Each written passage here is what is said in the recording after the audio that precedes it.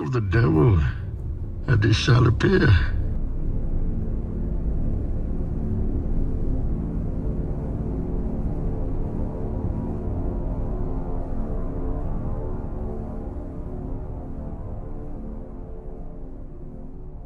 Start to loathe these little guys here. They just start to piss you off. They're just, they're raiding, and you can't catch them. Right at this stage, our army is too big to catch sea raiders and too small to siege castles. So we're in a little bit of an awkward stage, and I don't think that last shipboard battle was recorded. I'm still having fits with NVIDIA. Jensen Wong, I'm gonna bitch slap you if I ever see you at an NVIDIA conference.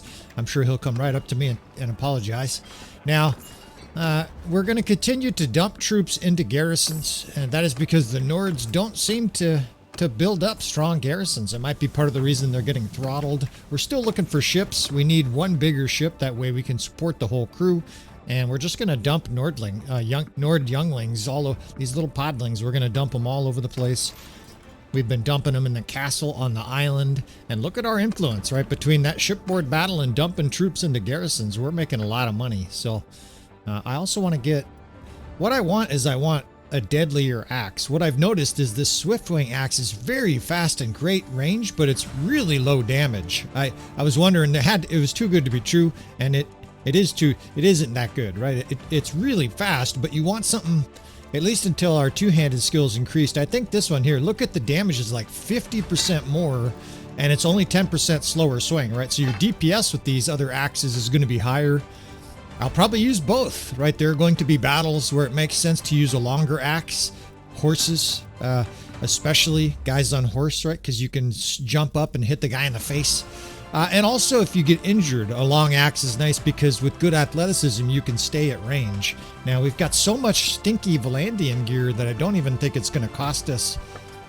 It's basically going to be free. We're starting to really load up on cash, and we are going vassal, but not quite yet. My rule of thumb is for a less experienced player, 1,000,000 dinars is a nice amount to accumulate in the mercenary stage, and I think an experienced player should still get 250 to 500. You don't make a huge amount of gold in the vassal stage. In fact, a lot of times you hemorrhage gold because you have a garrison. Maybe you have a couple, 3 garrisons, right? And you got to support those troops. I would prefer 500,000.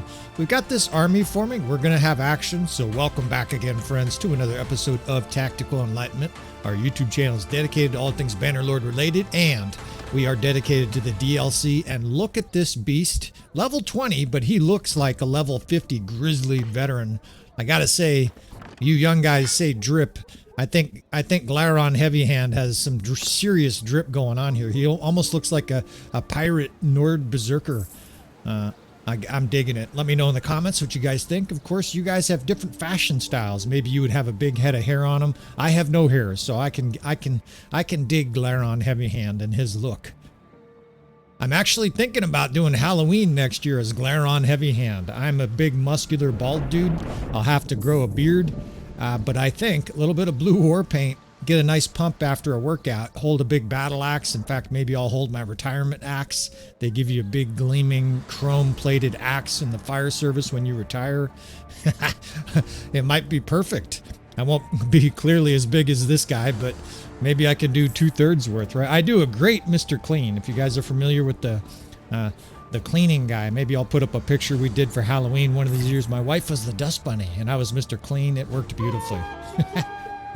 I had a broom and I just swept up dirt, and then I put it on her because she was a big dust bunny.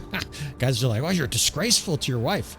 Now this settlement is rebelling, so maybe Havalvik will rebel, right? In which case, then we could attack it. We could siege it. Now we're cruising along in the ocean here, and my goal is to try to hang out in this triangle in here. There's going to be action. Maybe we can get a. Okay, we are recording. Maybe we can get a shipboard battle that we record for once, right? We had a 150 on 150 and we smashed the Valandians. Oh shit. The scouting, and you don't have to be a sleuth to see what's going on here. There is a huge Valandian force heading right for Harkershus Castle, Harkershus. And we're ready for it, right? If you're ever going to defend against a force of 1,700, we've got a little bit of low-level troops at the bottom, but we've got 69 Sky Gods chosen. Never a problem with that number. That's a good amount of archers, right? That's their tier 5 archers. Half of our army, not quite half, almost half of our army, though, are those tier 5 archers. Perfect for siege, right? Now, this is also perfect for the mercenary stage. We continue to emphasize this. I think mercenary stage, you want to have 50% or more archers the whole time. Now we're gonna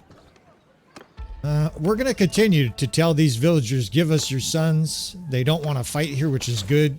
What we want to do here is essentially have a buffer to break into the castle. This is a good point for a newer player or even an experienced player that's not doing this. You slow down a little bit when you're over your minimum. We're also leveling our steward skill. So by having all these extra troops, we're power leveling our learning rate. And of course, in order to power level your steward skill, you got to go in here and make sure you have all the foods. I think we have all 9. I've been cultivating it. 2, 3. We do, and we have a good amount of all 9. What that means is we're pouring steward skills right now. I also want you to focus on the deserters. We just had a deserter check, so 24 hours from now we will get another one. And they are coming in hot to siege. So strap yourself in. We've got another epic siege of Hackershus Castle. Of course, I don't want to spoil it, but we have already had an epic siege defense there. Now, we're going to have more troops this time because we're going to use this process, right? Give us your sons. We lost 5 there. That was kind of bad luck, bad RNG. But I want you to focus on the deserters, and this is why I think this is a good strategy. Also, we will turn in all this gear because that gives us EXP for our troops, right? All these little Nordlings and whatnot are becoming provens and you know, the higher ranking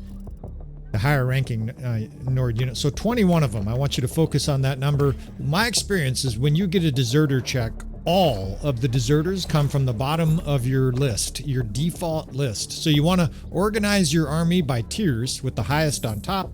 And then when you get, say we get 10 deserters, 10, I think we'll still have 11 Nordlings. So we should have 12. We just lost 9. We got a level.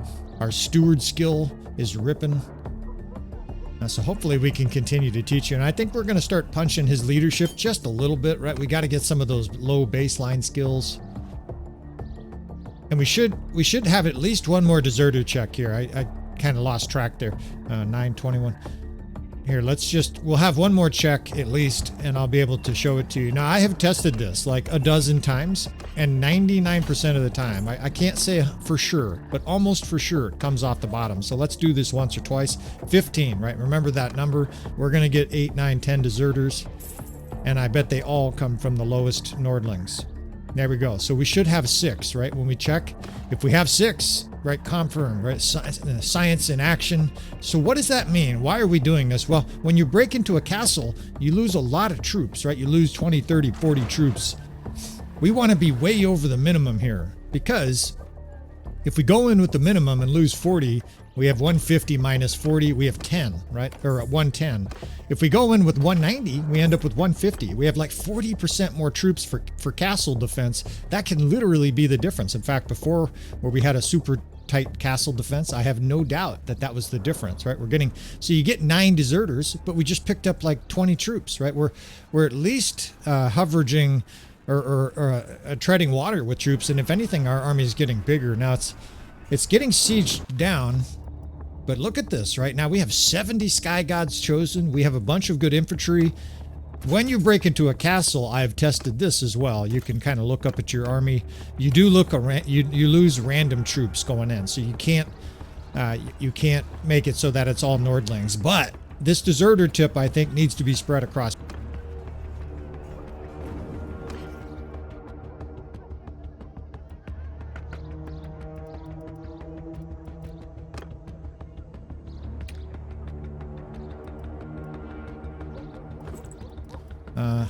On some of your companions. You know, if you have really nice gear, that was a drop we got from the Valandians. You don't want to lose it, right? Now we've got about as good of a setup as I can come up with here. I'm kind of scratching my chin thinking there's not really much more we can do here other than, you know, be a smart commander here and swing our axe a lot. So we're outnumbered 3-1, but don't forget about 2/3 of the forces here are going to melt or be terrible AI controlled defenders. So It's going to be nip and tuck, right? And oh shit, slow down and everybody off the walls. All right. So it feels like we were just here a couple days ago. In fact, for me, it was just a couple days ago. For you, it might be an hour ago. I don't know how, I don't remember what episode was the siege here. We're going to have a few here. Now, I promise you, we won't do, 12 sieges of this same castle in this playthrough. We might do it if there's, an unusual circumstance, but we will start to skip some of the redundant parts here. All right, this is sort of the power leveling of a character, and this is monster power leveling of your characters, right? The other reason we're showing this is that there's no better way, literally no better way to power level your whole campaign, your character, your companions, your army, your gold, your renown, your influence, everything. I get more subscribers with Siege. Ironically, Sieges are the most popular videos on the channel, so it literally powers everything, right? I've had 9 women propose to me in the comments on Siege defenses. Okay, I'm kidding about that part, but everything else, Siege defense is just the bee's knees when it comes to Bannerlord, and we excel at Siege defense on the channel, right? So if you want to power level your character, you are in the right place.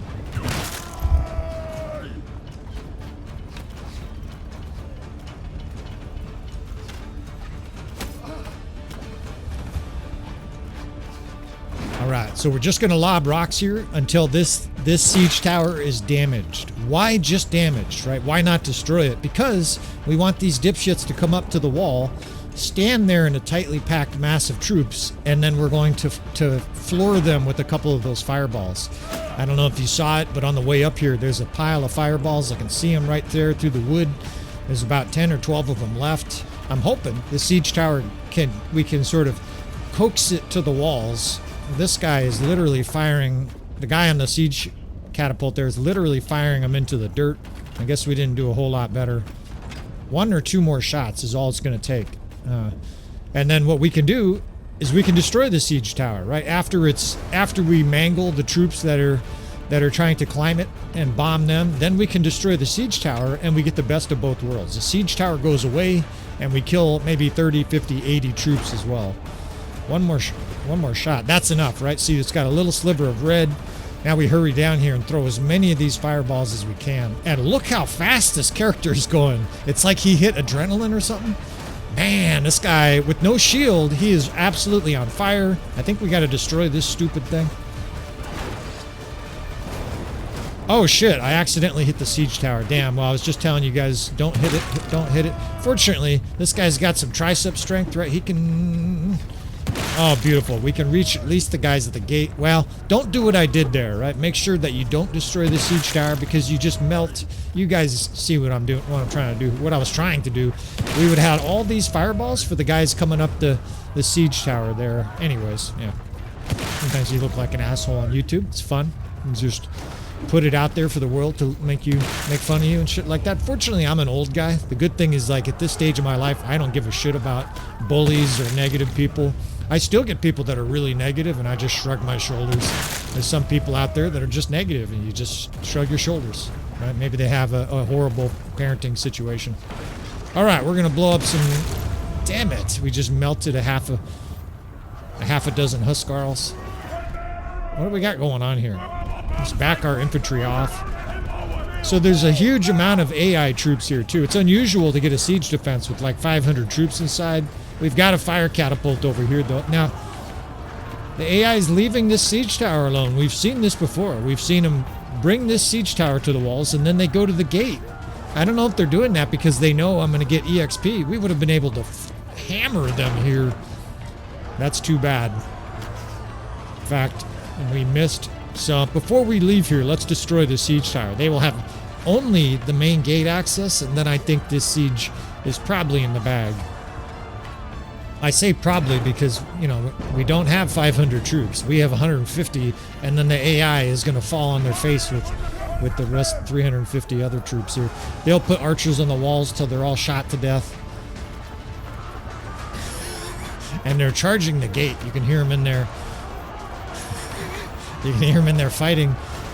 Now, what the fuck, dude? Get the fuck out of my way. There's some guy trying to flame us and shit. That's one of our troops. I'm really confused. I was like, where'd that come from? Okay, these are powerful shots right here. We're going to be able to kill and brain a lot of Valandian scum. They're stacked up. This is their only way in. And this is the one time where it's nice to have AI units boring into the gate. The enemy can't get in, so they're jammed up. They have no choice. In fact, backed up, dudes. Our dudes are, I think some of those are our guys. So you can do the F1, F5 command. That'll tell them to fall back. But make sure you don't forget what units you told to fall back, because they will happily fall back all the way until they're eating cookies and drinking lemonade in the main keep, and you will lose your siege because it effectively retreats them off the battlefield. Fall back eventually leads to retreat, so careful with that one. I just wanted them to back up so we could brain, well, I think that's AI troops, so that we could brain the rest of these Valandians without too many friendly fire shots. And it's incredible how fast, what the fuck? Who's doing that shit? Our own guys are shelling us here. So we've got some myopic dipshits on the catapult. It's a bit of a mess here. Let's try to take organizational stock of our army here. We've got this upper plateau and there's no siege towers, so it's an option to defend up here. But I think if we have enough archers, a ranged false gap in this city makes a lot more sense. And we'll walk you through that. If you've never heard of a ranged false gap, I will walk you through the creation of that. It does look like we have the right setup for it. I like to pull units back here when you have a moment, right? When the AI is jamming up the gate. A couple of things. I have 3 guys. 1, 3. Well, we've got a bunch of reinforcements that are still coming. That's why, unless we've had a bunch of death I didn't see, 60, 70. We only have about 75 troops on the battlefield. We should have twice that. So, partly what's going on here is the AI is... the AI troops are zerging. They're in the gatehouse here. And it's kind of a slow grind because you can only get like 5 or 6 troops on 5 or 6 troops. Now, a lot of players do that. Oh shit, look at that. These are AI players. They're shaking with fear, quivering. You fucking cowards. The AI will do that, and I see a lot of players doing that. Don't do that. Don't put your troops into the gatehouse unless you're throwing those stones, at which point then it's beneficial. But if you have...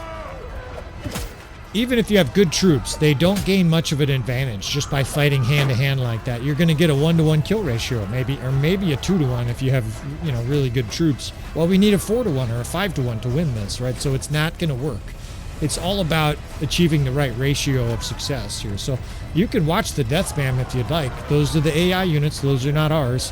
And they're getting some kills, right? They got a couple kills, then a guy died.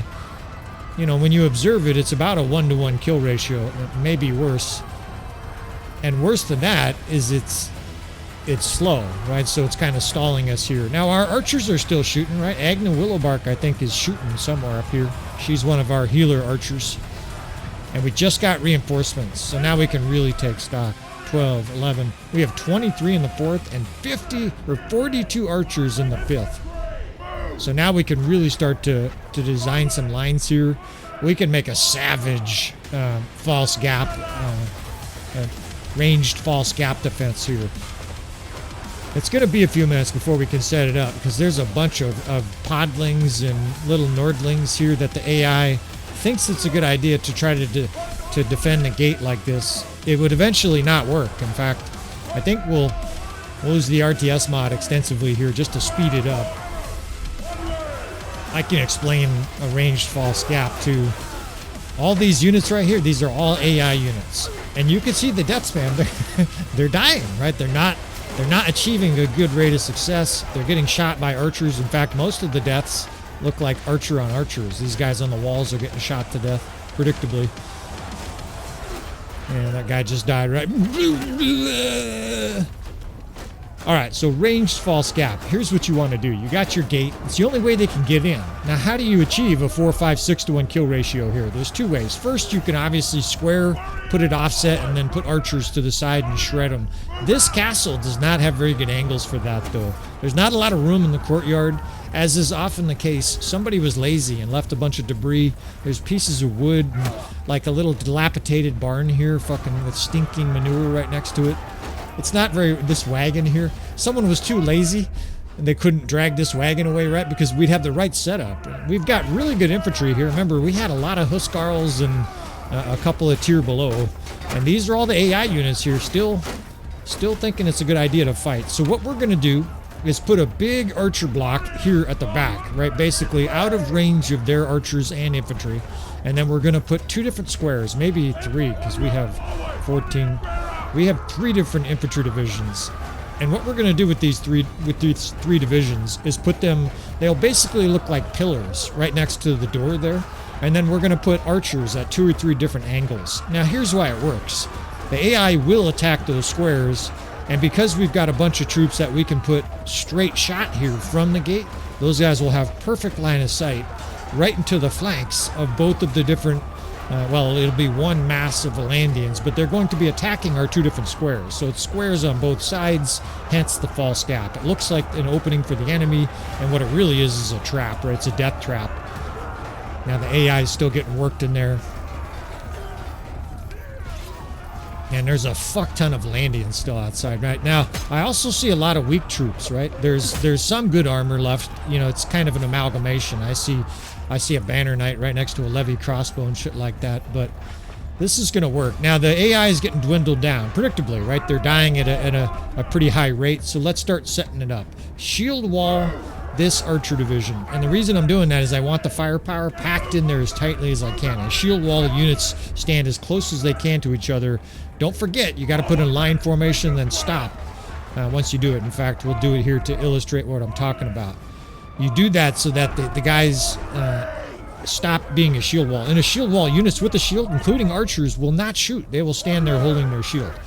So these guys, these archers, so you say line and then stop simultaneously. And boom, every single one of them puts their shield away, draws their bow, and it's good timing, right? Because the AI is down to 15 dipshits at the gate getting trucked.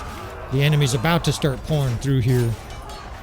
This first division we can get a little bit closer. Of course, there's a piece of shit fucking woodshed or something too close. It's not a good design castle. There are parts of this castle that are good, but now that I've been here a little longer, kind of like that girlfriend that you ditched 5 years ago that was just ghastly. Now that I've kind of learned this a little bit more, it's not very good. I've essentially learned enough now about this castle, and eventually we can change our mind the other way. That's part of being a mind willing to admit, hey, I had it wrong before. Now look at this, right? You can just see the arrows shredding through here. In fact, let's fix this division. We got one of our companions, 2 of our companions are up there shooting, and we have this beautiful gap between the 2 squares, and the enemy's funneled.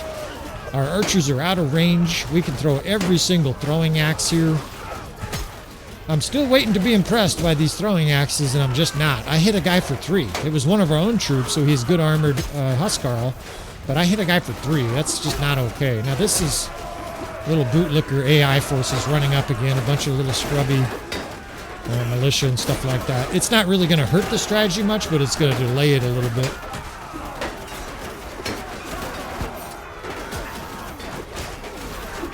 Now I'm sort of nervously watching the death spam, because when you make a profession, oh, this is going to work, and then it fails, man, does that subscriber count going negative.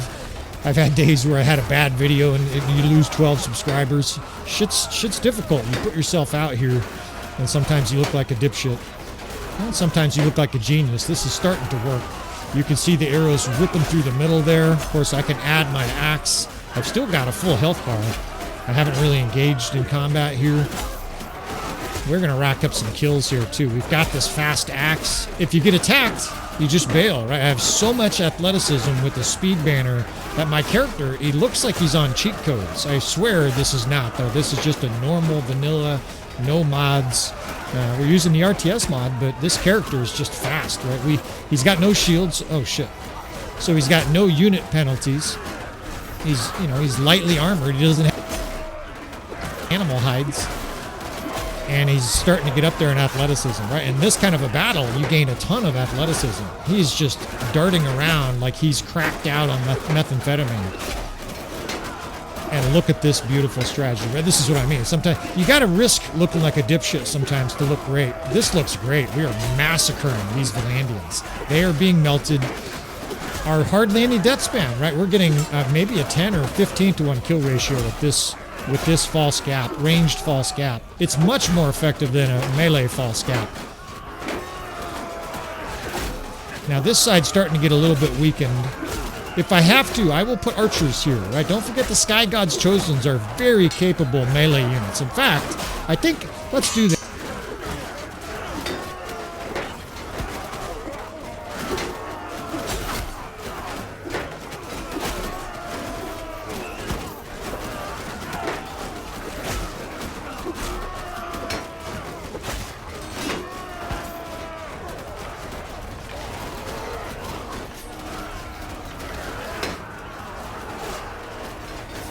With good tactics, it's a thrashing, and I can't believe the Valandians haven't routed yet. We are ripping them apart. Now these archers, what are you doing? Get back here. These guys eventually, I guess they got bored of shooting. Get over here. Don't know why they did that. I don't know if I fat-fingered charge, and they've kind of made a mess of it here, you dipshits. This battle's over though. Look at the power bar, right? The enemy's reeling. This square is solid still. Fuckers, get off of me. I kicked you guys to death. Oh, I did. I said, I'm going to kick you to death, and I killed that guy. Love kicking. And you want a tall character to kick, right? We're going to kick a lot in this campaign, right? I like getting my kick on, and these Valandians are crushed. They just run, or they just ran. Run, run, we can't stop them. And indeed, you can't, right? A good tactician with a good force and Bannerlord, and the enemy flees for their lives. Beautiful.